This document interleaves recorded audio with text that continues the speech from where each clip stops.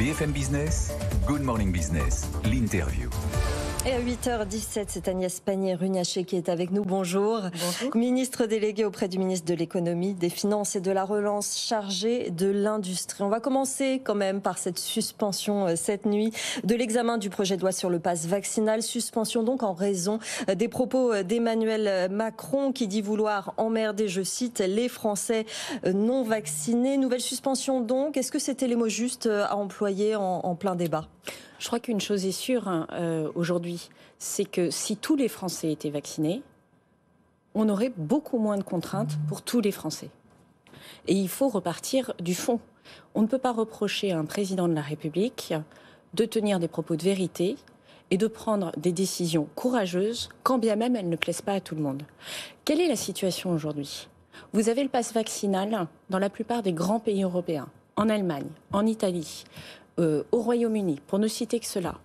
Vous avez des pays où les populations sont confinées, je pense aux Pays-Bas.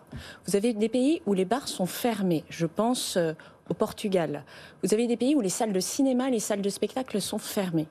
Nous, le choix que nous faisons, et qui est basé sur un constat très pragmatique. Moi, vous savez, je suis une ministre de la société civile et j'ai une approche très pragmatique des choses. Et je trouve que ce qui s'est passé hier est assez indigne en réalité, parce que les Français, ils attendent des réponses. Ils n'attendent pas du débat sur le choix des mots ou sur l'utilisation d'une citation de Georges Pompidou. Donc, ce qu'on sait aujourd'hui, c'est que lorsqu'on est vacciné, on a près de 20 fois moins de chances ou de risques d'aller en réanimation. Et les gens qui vont en réanimation, ils induisent des déprogrammations d'opérations. Donc il faut qu'on soit collectivement responsables, et c'est notre responsabilité politique de faire en sorte que les personnes qui ont un risque beaucoup plus élevé d'aller en réanimation soient protégées contre les formes graves. Et pour les protéger contre les formes graves, eh bien, à un moment, il faut limiter leur interaction sociale. C'est le pass vaccinal. Ils ont le choix, on ne leur oblige pas à se vacciner, mais on limite les interactions sociales. Concernant à l'heure actuelle, on a l'impression qu'il y a une envie de rassurer, de redonner confiance, une croissance maintenue pour cette année, 4%, un pic d'inflation, on y est, un impact limité d'Omicron, des difficultés d'approvisionnement et des tensions sur l'énergie qui devraient progressivement décroître tout au long de l'année. Est-ce que jusqu'ici tout va bien ou on essaie de s'en convaincre ? On nous dit aussi pas de paralysie de l'économie. L'économie va bien. Il faut regarder les chiffres. Nous terminons l'année 2021 sur un taux de croissance que nous n'avons pas connu depuis 50 ans. Nous démarrons l'année 2022, et Bruno Le Maire le disait encore hier, avec un acquis de croissance tellement élevé que qu'on est confortable pour annoncer une prévision de croissance de 4%, en dépit d'Omicron. Le taux de chômage qui a été un des grands combats de ce quinquennat, la baisse du taux de chômage, est au plus bas depuis plus de 10 ans. Plus intéressant encore, le taux d'emploi, c'est-à-dire le nombre de personnes en âge de travailler qui travaillent effectivement, il est au plus haut depuis plus de 40 ans. Et en particulier les jeunes, qui là aussi étaient un des handicaps de l'économie française. L'économie française se distinguait par un taux de chômage et un taux d'emploi des jeunes qui était décalé par rapport aux autres pays européens. Ce combat-là, on est en train de le gagner. Donc oui, l'économie va bien. Bien sûr, la situation sanitaire impacte un certain nombre d'entreprises. On craint des désorganisations. Alors, je pense qu'il y a deux choses. Il y a les entreprises qui, pour des raisons sanitaires, ne vont pas faire le chiffre d'affaires qu'elles auraient pu faire en temps normal. Et ceux-là, au cas par cas, doivent être aidés. Et c'est en particulier des très petites entreprises. Et elles doivent d'autant plus être aidées que, étant des très petites entreprises, elles n'ont pas des moyens, elles n'ont pas un directeur financier qui va instruire des dossiers compliqués pour bénéficier d'une aide. Donc celles-là, elles doivent être aidées et nous les aidons avec le renforcement du dispositif de couverture des coûts fixes et avec l'activité partielle qui est prise en charge intégralement.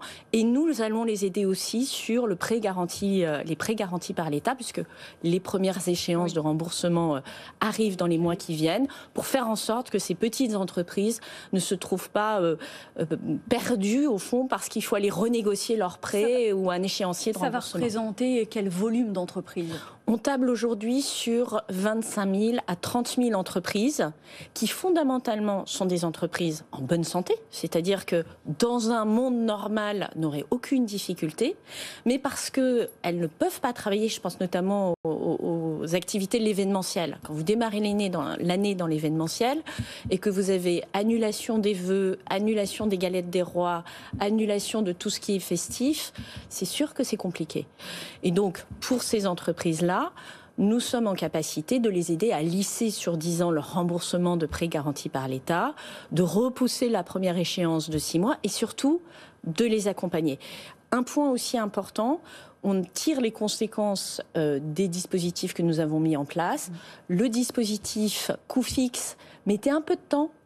Les remboursements arrivaient un peu lentement et nous avons renforcé les équipes et en particulier là encore toujours pour les plus petites entreprises parce qu'on sait que c'est les plus fragiles et celles qui ont le plus de difficultés à avoir ce dialogue avec leurs banquiers pour faire en sorte que l'argent arrive vite sur leur compte en banque et qu'elles puissent mettre ces soucis-là derrière elles très vite. Des aides au cas par cas, néanmoins cela va encore alourdir la dette. Est-ce que ce cas par cas, qui ne s'appelle plus le quoi qu'il en coûte, est-ce qu'il n'est pas sous-estimé cette facture par le gouvernement actuel ? Ce n'est pas ce que disent aujourd'hui les économistes. Ce que disent aujourd'hui les économistes, c'est que, et je reviens même au quoi qu'il en coûte, c'est que le fait d'avoir eu l'intuition qu'a eu le président de la République, de dire qu'il est absolument nécessaire de préserver l'emploi des gens, des salariés. Il est absolument nécessaire de préserver l'outil de travail des commerçants et des indépendants. Et c'est le quoi qu'il en coûte. Parce que c'est ça qui permettra un meilleur rebond de l'économie. Ça a fonctionné. Et si on n'avait pas pris ces mesures, c'est l'Institut des politiques publiques qui le dit, on aurait 10 points de dette en plus. Et moi, j'observe une chose, puisqu'on a finalement 2 crises récentes qui ont appelé un traitement différent. Celle de 2008-2009, qui était une crise beaucoup moins importante. Le recul du PIB était de l'ordre inférieur à 3%. Alors que là, en 2020, c'est un recul de PIB de plus de 8%. Donc c'était 3 fois moins important. Et au sortir de cette crise, les mesures qui avaient été mises en œuvre par le gouvernement de l'époque, elles ont eu 2 effets. Le premier effet, c'est qu'il y a eu plus de dettes, à peu près la même augmentation de dette en pourcentage, et qu'en revanche, il y a eu moins de croissance et plus de taux de chômage. La croissance était aux alentours de 0% et le taux de chômage a explosé. Au sortir de cette crise, qui est la crise la plus forte depuis, grosso modo, un siècle, en fait, depuis qu'on mesure la croissance en France. Au sortir de cette crise, nous avons le taux de chômage qui est le plus faible depuis 10 ans et le taux de croissance qui est le plus élevé depuis 50 ans. Donc, oui, ça a fonctionné et ça a été une bonne gestion des finances publiques. Et je veux dire une chose, ce gouvernement a une gestion très stricte des finances publiques. Vous regardez l'exécution de nos budgets. Nous faisons toujours mieux que ce que nous avons annoncé. C'est rare dans les mandatures précédentes. En règle générale, on dépasse toujours un peu. Là, depuis 2017, à chaque fois, les prévisions budgétaires sont meilleures que ce qui avait été budgété et ça sera encore le cas cette année. Et donc, je crois que nous avons géré la France en bon père de famille et surtout en protégeant les Français et en protégeant leur avenir. En protégeant désormais face à la flambée des prix de l'énergie, des mesures ont déjà été mises sur la table. Bruno Le Maire parlait cette semaine d'une solution complémentaire concoctée avec EDF. Quelle forme ça va prendre et à qui ça va s'adresser ? Alors, notre enjeu aujourd'hui, c'est les entreprises industrielles. Je rappelle que les ménages, nous avons pris, le Premier ministre a pris un engagement d'augmentation maximale de la facture d'électricité de 4% sur l'année 2022. Sachant que les Français sont probablement les seuls Européens à avoir eu une augmentation de leur facture en 2021 qui était tout à fait classique et qui n'a rien à voir avec l'augmentation des prix. Je rappelle que l'augmentation des prix de l'électricité sur le marché spot, comme on dit, ces prix ont été multipliés par 5. Ça ne se voit pas en 2021 dans la facture des Français et en 2022, l'augmentation sera de 4% maximum. Aujourd'hui, le sujet, c'est les entreprises industrielles et les entreprises en général en réalité. C'est-à-dire que ces entreprises ont eu une baisse des impôts de production importante et ils voient cette baisse des impôts de production qui leur donnait de l'élan, qui leur permettait d'investir, grignotée assez massivement par l'augmentation des coûts de l'électricité. En particulier, celles de ces entreprises qui n'ont pas... pour des raisons qui leur appartiennent et parfois tout à fait justifiées, pu acheter leur électricité en avance, et qui donc se trouvent confrontées à la réalité du prix du marché aujourd'hui. Pour ces entreprises, il faut qu'on trouve des solutions. On est en train de discuter avec EDF, donc je ne vais pas rentrer dans des solutions qui ne sont pas encore arrêtées, mais pour faire en sorte qu'elles ne soient pas en situation d'arrêter leur production, parce que le coût de l'électricité est trop élevé et que ça devient économiquement insupportable de produire. Mais je vais vous donner un exemple, parce que le meilleur bouclier sur l'énergie, en France, c'est le nucléaire.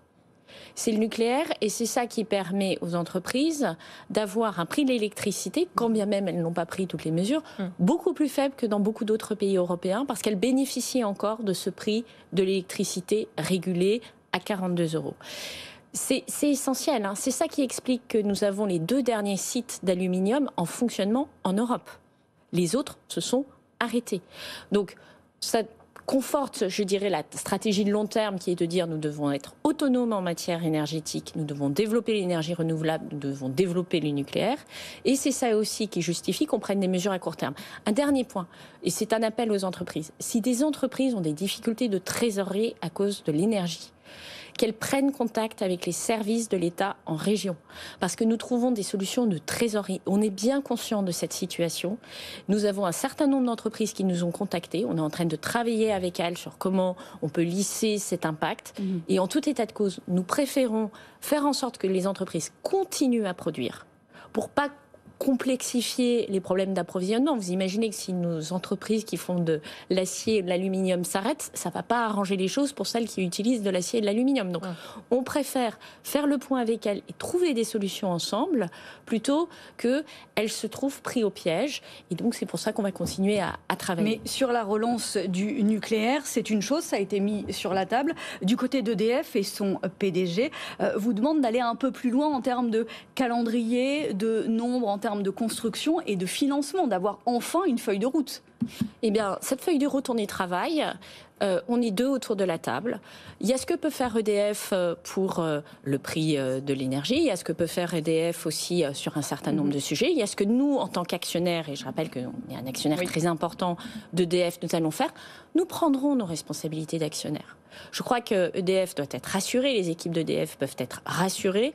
Il est très clair que nous allons redévelopper un programme d'EPR. Nous avons d'ailleurs d'ores et déjà débloqué des crédits. Je rappelle que dans le plan de relance, il y a 500 millions d'euros pour le nucléaire. Je rappelle que dans le plan France 2030, il y a également près de 1 milliard d'euros pour les nouveaux réacteurs et que le président de la République a été très clair sur les EPR. Merci beaucoup Agnès Pannier-Runacher d'être venue ce matin dans Good Morning Business, ministre déléguée auprès du ministre de l'économie, donc chargé de l'industrie. Merci de votre intervention.